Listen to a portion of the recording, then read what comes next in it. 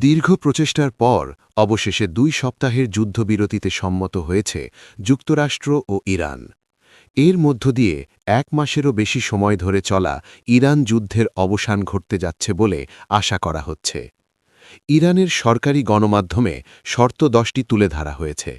সেগুলোর মধ্যে রয়েছে ইরান ও তার মিত্রদের ওপর পুনরায় হামলা না হওয়ার নিশ্চয়তা প্রদান, হরমুজ প্রণালীতে ইরানের নিয়ন্ত্রণ অব্যাহত থাকা, ইরানের পরমাণু সমৃদ্ধিকরণ কর্মসূচিতে বাধা প্রদান না করা, ইরানের ওপর থেকে প্রত্যক্ষ ও পরোক্ষ সব নিষেধাজ্ঞা প্রত্যাহার এবং বিদেশে আটকে থাকা ইরানের সব সম্পদ ও সম্পত্তি অবিলম্বে ফেরত প্রদান।